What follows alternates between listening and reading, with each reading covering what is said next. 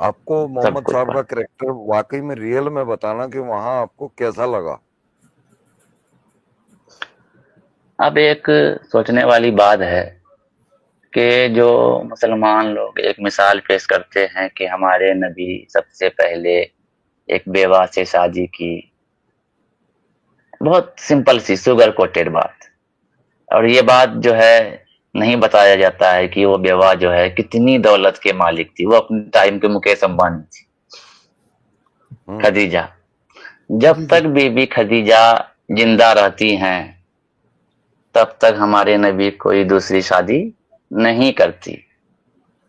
खदीजा के इंतकाल के बाद जब हमारे नबी का उम्र 51 प्लस हो जाते हैं, उनके बाद फिर एक शादी का लंबा सिलसिला चलता है। उसका फटाफट फटाफट जो शादी का सिलसिला चलता है।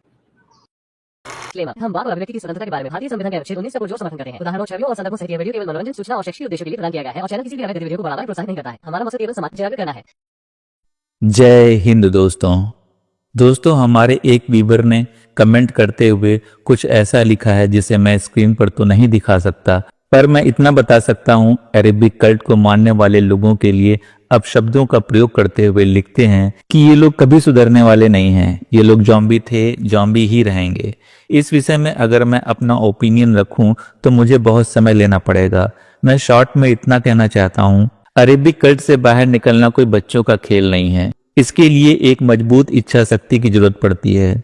इस इच्छा शक्ति को पाना आसान नहीं होता। मोमिनों के आसपास पारिवारिक, सामाजिक और मजहबी मान्यताओं का एक बहुत बड़ा घेरा होता है। इस घेरे को तोड़कर जब वो मुर्दत बनकर बाहर निकलता है तो उसे दिली सुकून तभी मिल सकता है जब वो पूरी तरह खुद अपने आप पर ही निर्भर हो, वरना बहुत मुश्किल होती है। खैर, आज हम आप सबको मोमिन से मुर्दत बने एक शख्स से मिलाने वाले हैं।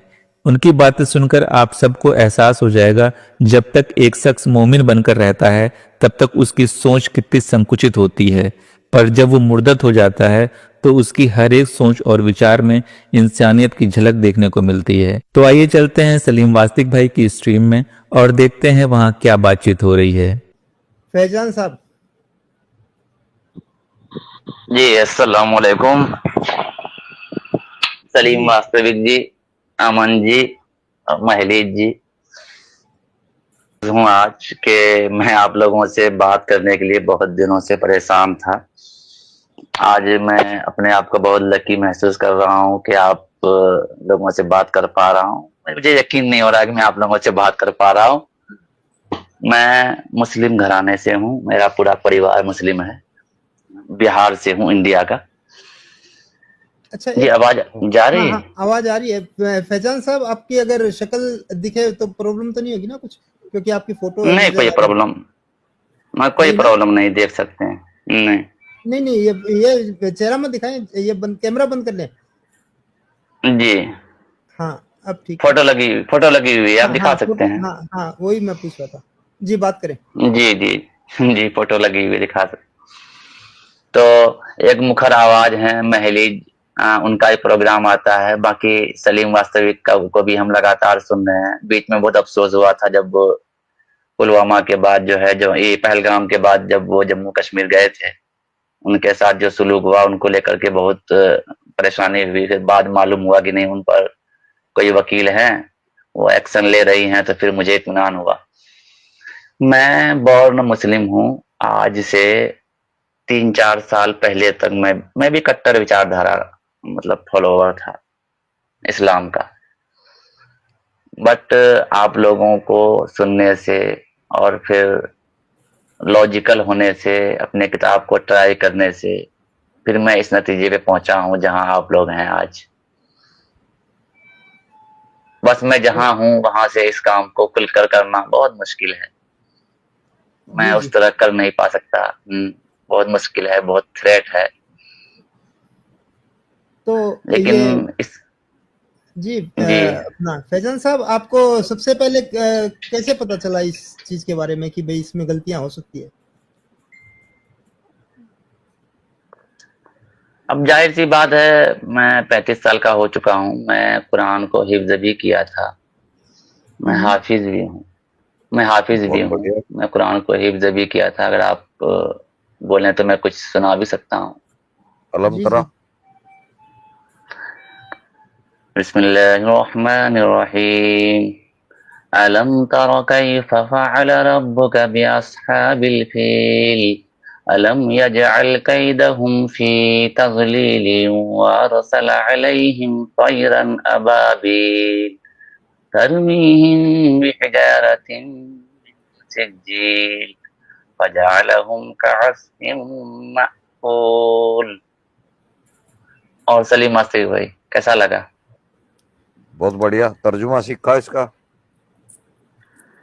बस तर्जुमा तो हल्का हल्का मैंने अरबी पढ़ने की कोशिश की थी और बहुत लैंग्वेज भारी लगा और सरसरी निगाह से तो तर्जुमा लगभग पढ़ा हूँ। अगर आप इसी का बहरहाल तर्जुमा पढ़ेंगे ना अलम तरा का, जी तो आप काफी काफी देर तक आप हंसोगे। जी बिल्कुल। ये जो चिड़ियाएं होती हैं ना, चिड़ियाएं अबाबील, अबाबेल चिड़िया जी उन चिड़ियाओं के जरिए जरिए वो अपने चोंच में काबा का पत्थर जो उठाती हिफाजत थी पत्थर उठाते हैं और हाथियों हाथियों को के मार ऊपर दिया। फेंकती थी। और वो लश्कर जो लश्कर हाथी का था जो उसके ऊपर में। हाथियों के सिर फाड़ दिए थे। हम्म, हाँ इनका तो यही है कि आपकी वो बात सर से पे लग गिरता गया। था तो चीरते हुए निकलता था, इस तरह का चलो, तर्जुमा। अल्लाह मियाँ है, अल्लाह तो मियाँ फिर कुछ भी करवा सकता है। आप लोगों को जी। सुनने के बाद मैंने जब गौर किया तो बहुत सारा कंट्राडिक्शन मैंने पाया और मुझे लगने लगा कि बहुत सारा ये धर्म के नाम पे मजहब के नाम पे कुछ एक ऐसा आध जहर है। एक आध कॉन्ट्रडिक्शन बताएंगे, कौन सा आपको ज्यादा हिट किया था? बहुत सारा क्या बताएं। सूरह तौबा में आपको पता है, सूरह तौबा के अंदर बताओ, में पब्लिक को मार बता दे काट। एक बार। जी जी आप बताएं पब्लिक को। वो बस जहां भी देखो इस तरह से है ना, हाँ 9 की 5। तो उनको कत्ल कर दो। हाँ इस तरह से बहुत सारी हैं इस तरह के। हाँ मतलब मतलब कत्लो की ताल क्या एक बताएं। आपको ये प्रॉब्लम वाली कोई चीज लगी। और क्या चीज कोई प्रॉब्लम वाली दिखी आपको? कोई एक लगी हो तो ना, हम इंसान हैं, हम जी एक हम एक मैन काइंड हैं और ये मैन काइंड जो है सबसे पहले ये मैन काइंड है। ये जहां भी रहेगा एक समाज होगा, एक सोशल होगा और समाज में जो कोऑर्डिनेशन होता है ये तालीम जो है उस कोऑर्डिनेशन को बिल्कुल सेपरेट कर देती। अच्छा, आप सबसे किस बड़ी बात फिरके ये से है। थे? आप किस फिरके से थे? आपके लिए फूल भेज रहे हैं देवबंदी लोग। देवबंदी अच्छा, देवबंदी देवबंदी थे। जिसे बोलते हैं आप लोग, देवबंदी जिसे हम्म। बोलते हैं कहने को तो। अब देवबंदी सेक्ट भी अपने आप को अहले सुन्नत कहते हैं, बरेलवी भी अपने आप को अहले सुन्नत कहते हैं। देवबंदी में तो आपके एक ये जो बहिश्ती जेवर है वो तो और खतरनाक किताब है। वो अगर पकड़ोगे तो जी मतलब सर पकड़ जी लोगे। अशरफ अली थानवी के लिखा हुआ। हम्म। जी जी जी नहीं आपने ये बेइज्जती जो जेवर है। बताया, आपने यहाँ बेइज्जती जेवर तो चलो वो देवबंदियों की हो गई, हालांकि इस्लाम से ही है वो भी। बट ये आप हम्म। ये जो आप बात बोल रहे हो ना कि कत्लो की ताल वाली बात लगी और भी बहुत सारी बात लगी, तो ये बात आप हमको नहीं बता रहे। यहाँ ये पब्लिक जितनी सुन रही है ना उनको बता रहे हो। और आपकी बात सुन के जो मोमिन है, हो सकता है किसी को आपकी बात और हिट करे तो और भी एक दो पॉइंट जो आपको लगे होंगे बस वो भी बताइए। हम अपने मोमिनों से यही कहना चाहेंगे कि हम आज जिस दौर में जी रहे हैं, कल क्या हुआ, कौन से नबी आए, किनको नबी बनाया, हम उनको नहीं देखे। आज हम जिस दौर में जी रहे हैं, ऊपर वाले ने कुछ दिया या नहीं दिया, या जो हमारा क्रिएटर है, हम यही पैगाम देना चाहेंगे, वो हमारे पास एक कॉमन सेंस दिया। जी तो इस कॉमन सेंस का हम इस्तेमाल करें। सबसे पहले इस कॉमन सेंस का हम इस्तेमाल करें, अपने कॉमन सेंस की कसौटी पे उसको उतारें। जो चीज हम दूसरों के लिए सोच रहे हैं, हम अपने ऊपर में उस चीज को लागू करें कि अगर हम उसके अपोजिट हों तो क्या सोच हमारी हमारी होगी। बिल्कुल। वो जो है सुनने की सलाहियत पैदा करें अपने क्या मुसलमानों के अंदर में। आज जो है सबसे बड़ी बात यह है कि वो जो है बहुत ज्यादा प्रेशर में आ जाते हैं। वो किसी डिबेट में जाते हैं बहुत प्रेशराइज हो जाते हैं। अभी कुछ देर पहले अभी एक लोग फलां साहब आपके पास आए थे, वो माइलेज के बारे में उलट पुलट बकना शुरू कर दिए, आपके बारे में उलट पुलट बकना शुरू कर दिए। भाई ये ऑनलाइन चैनल है, दुनिया सुन रही है। आप अगर डिफेंड करने ही आए हैं, अगर उस नियत से ही आए हैं, तो आप पहले सुने, अगले की बात को सुने कि अगला क्या बोल रहा है, कहाँ से बोल रहा है, कौन सा रेफरेंस दे रहा है। फिर एक अदब के दायरे में मुहज्जब तरीके से, सिविलाइज तरीके से उनका जवाब दें। जब तक ये कैपेसिटी नहीं आएगी, वो तो साफ झलकता है कि ये तालीम उसको कहाँ जानवर से बदतर बना रहा। बिल्कुल। अच्छा, आपने हदीस वो तो वगैरह आप भी लोगों, पढ़े होंगे। बिल्कुल बिल्कुल, आपको सब मोहम्मद कुछ साहब का पढ़। करेक्टर वाकई में रियल में बताना कि वहां आपको कैसा लगा। अब एक सोचने वाली बात है कि जो मुसलमान लोग एक मिसाल पेश करते हैं कि हमारे नबी सबसे पहले एक बेवा से शादी की, बहुत सिंपल सी सुगर कोटेड बात, और ये बात जो है नहीं बताया जाता है कि वो बेवा जो है कितनी दौलत के मालिक थी। वो अपने टाइम के मुकेश अंबानी थी, खदीजा।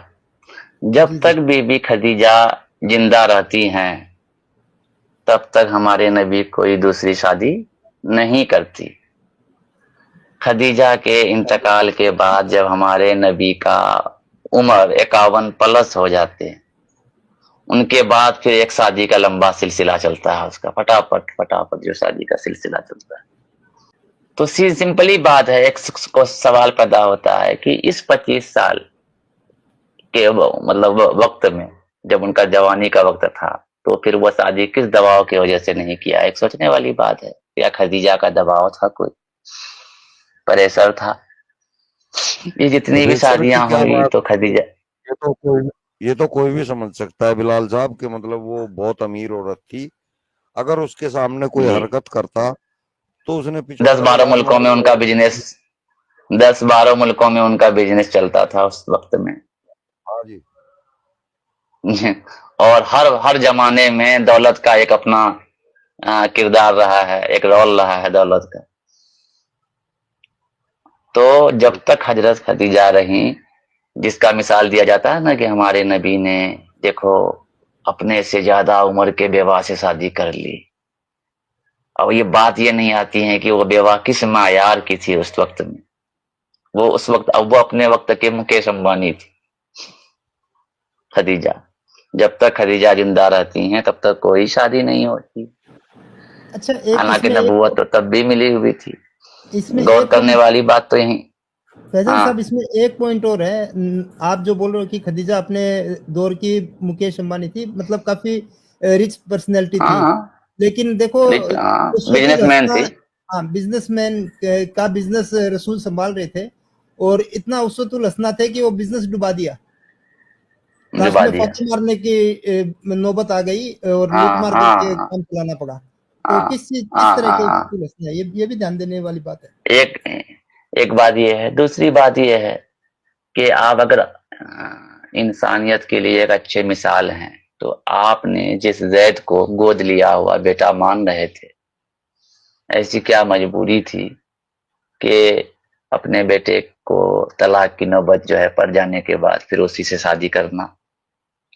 नंबर 3, हजरत अबू बकर के बारे में जिस तरह कहा जाता है कि वो उनके साथी थे शुरू से, नबी के ईमान लान, जब नबी ने उनको कहा तो वो ईमान ले आए। उनके बाद नबी से ही कदम में कदम मिला करके, नबी से उम्र में बड़े थे लेकिन नबी के साथ में रहे हजरत अबू बकर, उनके सबसे करीबी दोस्तों में से थे। और उन जो नबी का दुश्मन था, वो हजरत अबू बकर का भी दुश्मन था। उनके चलते हजरत अबू बकर को दुश्मनी हो गई, अपने कबीले से, अपने समाज से, सबको छोड़ा नबी के लिए। जब हजरत अबू बकर बुढ़ापे के वक्त में पहुंचती हैं, तो ये अचानक उनकी बेटी से शादी का पैगाम भेज देता है। क्या आज के वक्त में कोई कॉमन आदमी जिनका कोई दोस्त होगा, और वो दोस्ती जो है 30 35 साल चलने वाली लंबी दोस्ती होगी, क्या वो अपने दोस्त की बेटी से पैगाम भेज पाएगा शादी का? अगर वो ये सोच रखेगा तो समाज में क्या कहलाएगा? एक ये बात सोचने वाली। बिल्कुल सही बात है। आवाज आ रही? जी जी आ हाँ रही है। आ रही है। हम थोड़ा चुप होकर सुन रहे हैं आपकी बात।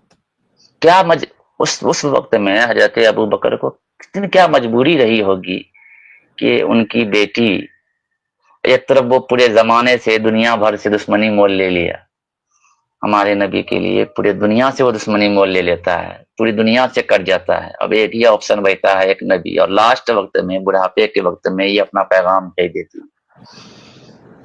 अच्छा अब वो अगर नहीं करें तो हाँ एक सेकेंड फैजान साहब, बिलाल साहब मैं आपको देता हूँ मौका, थोड़ा फैजान साहब से बात कर लेते हैं, और बहुत शुक्रिया आप जुड़े हैं। अच्छा यहाँ अपने फैजान साहब आप वो भी ध्यान दीजिए कि अबू बकर सिद्दीक की बेटी का ऑलरेडी एंगेजमेंट हो चुकी थी वहां पे, तो वो एंगेजमेंट तुड़वा के उन्होंने रसूल के साथ में निकाह करवाया है, और एंगेजमेंट जिससे हुई थी वो भी बच्चा ही था, 8-9 साल का, 10 साल का, इतनी सी उम्र का बच्चा था, तो दोनों बच्चों का निकाह हो रहा अब था वहां पे, समझ में आता है। लेकिन बिल्कुल, एक 6 साल की बच्ची का एक हाँ 53 साल के हाँ, बाबे के साथ में उम्र निकाह उम्र की बात तो आती ही है, लेकिन एट फर्स्ट ये मामला आ जाता है, जैसे आप मेरे दोस्त हैं, जी जी 35-40 साल से, अगर 35-40 साल अगर आपने अपने घर को, अपने समाज को, सबको हमारे लिए छोड़ दिया है, तो आप तो हमारे दोस्त हुए। बिल्कुल आपकी बेटी हमारी बेटी हुई, बेटी हुई। अगरचे, हाँ, जी जी बेटी होगी। अगर वो रोल मॉडल के हिसाब से देखा जाए तो आपकी बेटी तो हमारी बेटी हुई, भले ब्लड आपका हो, जी लेकिन इतनी लंबी दोस्ती होने के बाद हम भी तो उनके बाप के समान, मतलब बराबर के दर्जा रखते हैं। हमारी दोस्त की कोई बेटी अगर हो गई तो वो हमारे लिए जो है, हम उनके लिए बाप के बराबर दर्जा रखते हैं। उनके लिए पैगाम भेज देना, और वो भी ऐसे उम्र में भेजना, ऐसे वक्त में भेजना जब इंसान मजबूर हो जाए, उसको इनकार भी नहीं कर पाए, ये भी एक सोचने वाली बात है। ठंडा दिमाग से इंसान सोचे, मुसलमान सोचे इस बात को ठंडा दिमाग से, कि क्या हम यही मिसाल पेश करेंगे इसको आप मजबूरी भी उसवे कह हसना सकते के हो। नाम पे? नहीं इसको आप मजबूरी भी कह उसवे सकते हो। हाँ फैजान साहब इसको आप मजबूरी भी कह सकते हो, दूसरी तरफ आप एक डील भी समझ सकते हो कि भाई मजबूरी ये तो तो हजरत अबू बकर की कह सकते हैं नहीं कि अबू बकर की मजबूर। मजबूरी के साथ साथ आप एक डीलिंग भी समझ सकते हो ना इसको, कि भाई ये हाँ रसूल तो हाँ चला हाँ, जाएगा, उसके बाद में नबूवत मैं लूंगा, नबूवत तो नहीं ये मिलेगी भी है। लेकिन हाँ ये खिलाफत भी, हाँ मिलेगी। ये भी है। हाँ हाँ, क्योंकि ये भी है। आप देखो ये भी तीनों जो खलीफा है, ये भी एंगल आ जाता है, ये एंगल लेकिन में सबसे तीनों बड़ी के बात तो ये आ जाती है कि जो दोस्त है, जो हाँ हाँ वो दोस्त है ठीक है, उसकी बेटी, हाँ वो बात तो गलत है ही, लेकिन इसके बाद में देखो आप अबू बकर ने बेटी दी हुई है, अबू बकर खलीफा, उमर ने बेटी दी हुई है, उमर खलीफा, उस्मान ने रसूल की दोनों बेटियां ली हुई है, उसके बाद वो खलीफा, हम्म, और उसके बाद में अली का चलिए। नंबर लग रहा है क्योंकि अली भी बेटी लिया हुआ है रसूल की। और दूसरी तरफ हजरत अली जो हैं, खास जी चचाजाद भाई हैं इनके, जी इनके खास चचाजाद भाई हैं। जी कोई ये नहीं एक ही दादा है दोनों का, बस हम्म, उम्र में छोटे बड़े हैं, नबी साहब उम्र में बड़े हैं, वो छोटे हैं। जी तो खास चचाजाद भाई से अपनी बेटी का शादी करा देना, क्या हम यही मॉडल पेश करेंगे दुनिया के सामने, और ये उम्मीद रखेंगे कि दुनिया हंसे नहीं, वाह वाही, दुनिया जो है हमें दाद दे और दुनिया इस बात को माने? क्या इस चीज को पहले हम मानेंगे, हमारा दिल मानेगा अगर नबी के अलावा किसी और कैरेक्टर को उस जगह हम डाल दें? सपोज दैट नबी का नाम नहीं लेकर के किसी और का नाम लेकर के ये सारी खूबी अगर हम बताने लग जाएं, क्या उस इंसान को लोग रोल मॉडल मानने को तैयार हो गए? बिल्कुल सही बात है आपकी। बिल्कुल भी नहीं। अच्छा जिस फैजान साहब जिसको आप मुझे तो ये सब मुझे बातें प्यार हैं जो मुझे शुरुआती तौर पे हिट किया है। और दूसरी बात, तीसरी बात ये है कि आप खुदा के नाम पे, अल्लाह के नाम पे 1000 बात बोल जाएं, मुसलमान जो है आपको बर्दाश्त कर लेगा। नबी के नाम पे जरा सी बात बोल देंगे, हम तो इंडिया में हैं तो यहाँ पर बोल पा रहे हैं थोड़ी देर के लिए, और फैजान जो साहब मुस्लिम कंट्री आपको है वहाँ। आपको मेरा नंबर मिल जाएगा, आप मुझे व्हाट्सएप पे कांटेक्ट जरूर कर लेना। और मैं माफी जी जी चाहता जी हूँ, हमारी स्ट्रीम का टाइम लंबा हो रहा है, बिलाल साहब को भी हमने सुनना है, तो हम जी आपसे जी उम्मीद रखते हैं कि आप नेक्स्ट लाइव में भी जरूर जुड़ेंगे हमारे साथ। जी, आप हमको अपना व्हाट्सएप नंबर किसी माध्यम से दे देते। ये स्क्रीन पे चल रहा है, नीचे देखेंगे ना आप तो ये नंबर मिल देखिए, जाएगा आपको। हर किसी भी वीडियो वीडियो में में मेरा देखेंगे नंबर तो मिल मिल जाएगा। जाएगा। व्हाट्सएप नंबर हाँ जी। नीचे ये में। नीचे ये जो लाइन चल रही है ना उसमें देखो नंबर आ रहा है ये 9318459436 ये जो नंबर दिख रहा होगा आपको। ठीक है, ठीक है ठीक है सर, अमित, बहुत बहुत शुक्रिया आपका। आपको भी जी बहुत बहुत, सलीम वास्तविक महली को भी बहुत बहुत शुक्रिया। जी जी जी बहुत शुक्रिया। थैंक तो ये फैजान ठीक। भाई हमारे बहुत बढ़िया भाई हैं और गुलाब आप लोगों ने ऑलरेडी भेज दिया है। चलो थैंक यू फैजान भाई आपका जुड़ने के लिए बहुत बहुत thank okay, you. Love you Faizan भाई, नेक्स्ट टाइम आना। तो देखा दोस्तों, यही है असली इस्लाम। आपने अभी तक हमारे चैनल को सब्सक्राइब नहीं किया है तो प्लीज कर लें, साथ में बेल बटन भी दबा दें जिससे हमारी आने वाली वीडियो लगातार आप तक पहुंचती रहे। हम आगे भी इसी तरह इस्लामिक कल्ट को आपके सामने पेश करते रहेंगे। वीडियो अच्छा लगा हो तो लाइक, शेयर और कमेंट जरूर करें। इस्लामिक कल्ट से बचें, अपना ख्याल रखें। जय हिंद, वंदे मातरम।